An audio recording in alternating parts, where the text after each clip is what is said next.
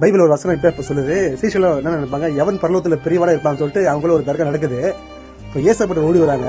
அவங்க சொல்றாங்க, ஏசப்பா பரலோகத்துல எவன் பெரியவனா இருப்பான்ட்டு. அப்ப ஏசப்பா என்ன பண்ணாருன்னா, ஒரு சிறு பிள்ளை இடத்துல அழைத்து, ஒருவர் இந்த சிறு பிள்ளை தன்னை தாழ்த்த விட்டால் அவன் பரலோக ராஜ்யத்தை போகவே முடியாதாம்.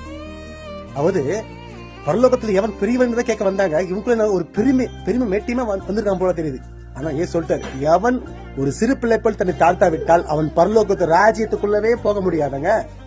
இன்னைக்கு ஊழியன்ஸ் நிறைய பேருக்கு ஆசை விருப்பம் இருக்கு, ஒரு சில பேருக்கு இருக்கு. ஒரு சில பேர் என்ன பண்ண தன்னை தாழ்த்துறதே கிடையாது. நான் எனக்கு எல்லாம் தெரியும், நான் தாழ்த்த மாட்டேன். எப்படி இருந்தா எப்படி? அந்த தாழ்த்தர உயர்த்தப்படுவது ஆண்டு சொல்றாரு. இதுல 4 வருஷம் தெரிஞ்சிச்சுன்னா தன் தாழ்த்ததே இல்ல. ஹாப்பி நியூ இயர் மெசேஜ் போட்டா ரிப்ளை இல்ல, ஹாப்பி கிறிஸ்மஸ் போட்டா ரிப்ளை இல்ல. இப்படி தன்னை தாழ்த்தாம இருந்தா எப்படிங்க கர்த்தருக்கு பயன்படுத்த முடியும்? தன்னை தாழ்த்த பழிக்கணுங்க. பொதுவா பேசுறாங்க, என்னையும் சேர்த்துதான். கர்த்தருடைய நாமத்துக்கு மகிமையும் சோத்திரம் உண்டாராங்க. ஆமென்.